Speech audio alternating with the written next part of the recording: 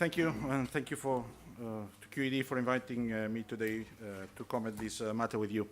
I'll try to concentrate my 10 minutes on the technical standards that are being developed by ESMA, obviously.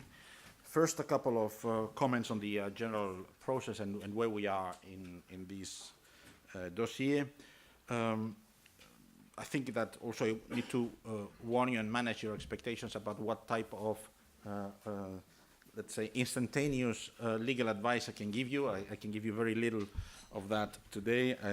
First, because I'm not such an expert on this particular dossier, but mainly because we are in the process of writing the rules, and it would be a bit foolish from me to first either unveil what the discussions are in the ESMA groups that are currently assessing those rules, or second, to try to comment on specific cases of what would happen on these or that hypothetical situation. In any case, it's, I think you can see that pretty well in this case, but it is by definition a process that accompanies the development of major financial regulations. So once you have the level 1 and you are building the level 2, you are already entering to the what I would call the panic mode on the thousands of questions that are not yet addressed and are not yet answered. If you think you have a problem with this, take a look at MiFID. We are receiving, yesterday I received on Monday, 7 questions on MiFID and MAR implementation. By the way, MAR is not only into force but fully applicable since the summer of last year. And we are still receiving daily questions on how to deal with this and that. And some of the matters that are being covered in those questions are, I would say, quite relevant. So, for instance, third country regime is a matter that also in MiFID is generating a lot of attention. So, if it serves of any comfort, you're not alone in the world.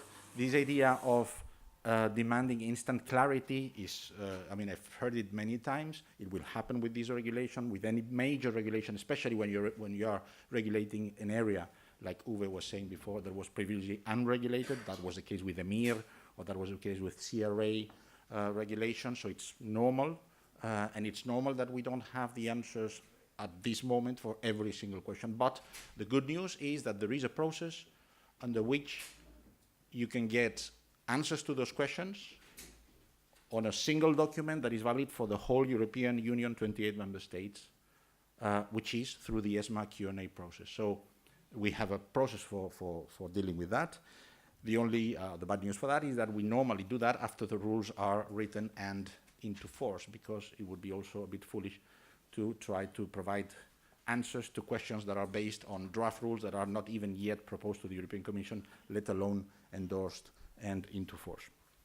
So far for that was my type of disclaimer this afternoon. It was not a disclaimer in terms of the official messages. It's a disclaimer in terms of the moment of the process in which we're in. You need to understand the circumstance. Of course, the benchmark regulation is I would say it's addressing a fairly simple problem, or at least in terms of the identification of what was the problem that gave rise to the regulatory action, but is doing that in an industry that we know is complex, is diverse, it has a lot of nuances, and we are seeing that, of course, in the process of developing the technical standards. And it's also a regulation that, I would say, it's kind of innovative because it develops ways of dealing with certain processes that are not so frequent in other regulations. For instance, just to mention 2 examples that were before in the conversation, the idea of the ESMA register in Article 36. That is something that I had never seen before, of a regulation establishing that you can use certain products to the extent that are published in a website, in this case maintained by ESMA. That is clearly a novelty. Of course, puts pressure on us on ensuring that the register is accurate, real time. But you also have elements that are kind of new or different, like the whole registration regime. If you think of it, you have under this regulation the possibility for authorization, for registration, for endorsement, for recognition, and for equivalence. So 5 different ways of getting into the legal route for a particular administrator or benchmark. Probably if this regulation was again negotiated and written today, we would maybe find one single way of doing that, but that's the let's say framework in which we need to operate. So, in terms of the content of the technical standards, you know that there are 11 of those on which we have consulted until December last year. We received around 60 responses to the consultation, not that many, you could say, given the size of the, which I think points out at the concentration in this sector.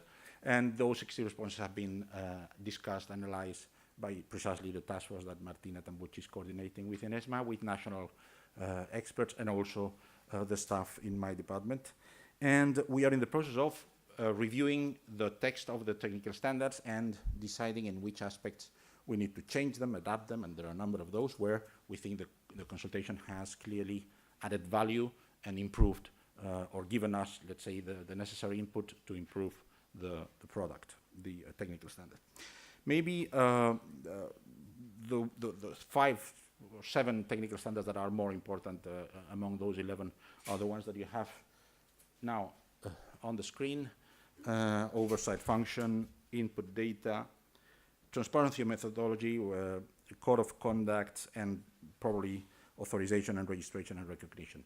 I might skip a few of those in the interest of time, and then, if there are questions, I will try to address them later to the extent of my capabilities.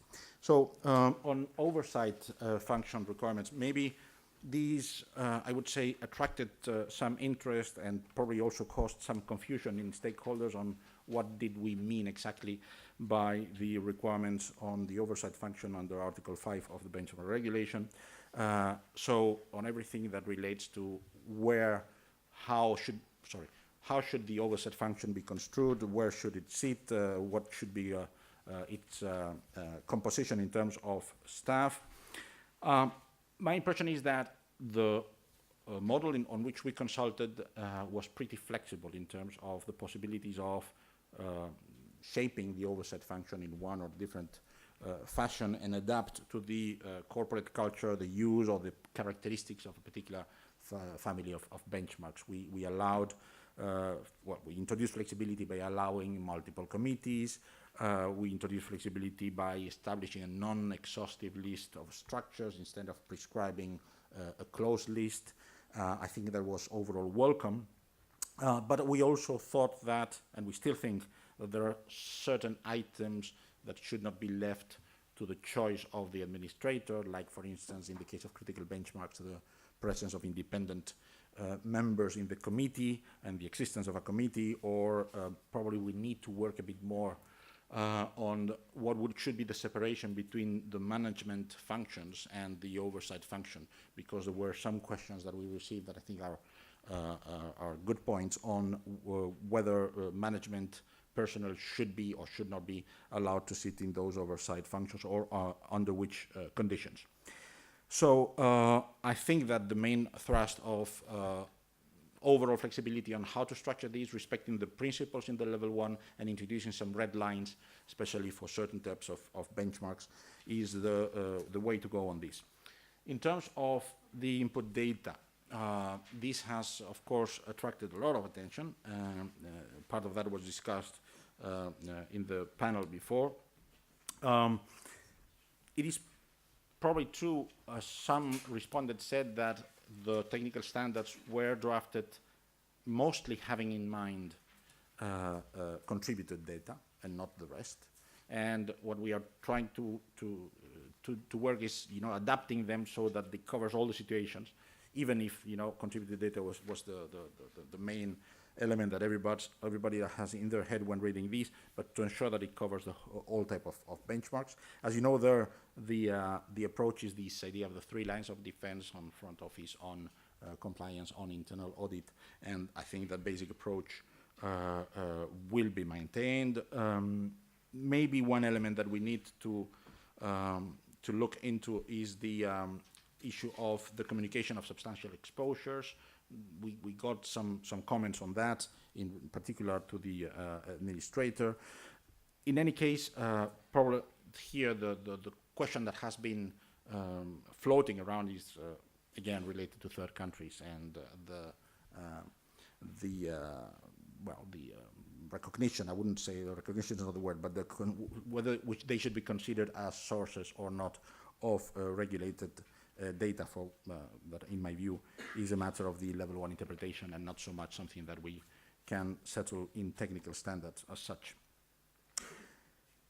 An element that has attracted the attention is transparency of methodology.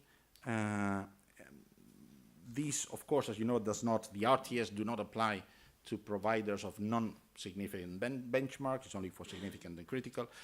And here we have tried to concentrate on ensuring that the key elements are disclosed and published.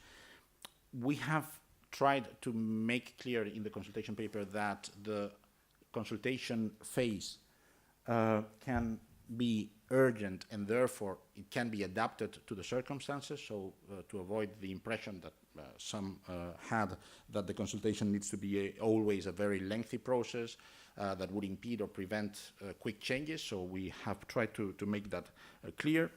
And we know that here we have gathered some input on whether there is a kind of contradiction or not, or overlap between the transparency of the methodology as per the benchmark regulation and the one that is required via the UCITS managers through the guidelines of ESMA in 2014 that actually require the full replicability of the benchmark for those UCITS that are subject to the guidelines, and that some consider that could be, let's say, gold plating through a different instrument. I have to say also that the times that we have discussed this within ESMA, our investment management colleagues have expressed that they consider that for the purposes of the UCITS objective and the protection of the collective investment behind the UCITS, of course, the final investors, it is still necessary to require those, let's say, provisions, those requirements to the UCITS managers, irrespectively of what the regulation on the substance of benchmarks is requiring for the whole range of investors. So I'm not saying that we will not change that. We might review the guidelines, but at the current moment we consider that that is still appropriate. Probably in the interest of time, I will not cover the other technical standards. Maybe it is, if there are any questions, I will try to address them. It is worth explaining what is ahead of us. I think it's very important, Uwe and other speakers mentioned that. We will deliver the technical standards to the Commission on the 1st of April, which, well, 1st of April I think is a Saturday, but well, the following modified following business days in this case.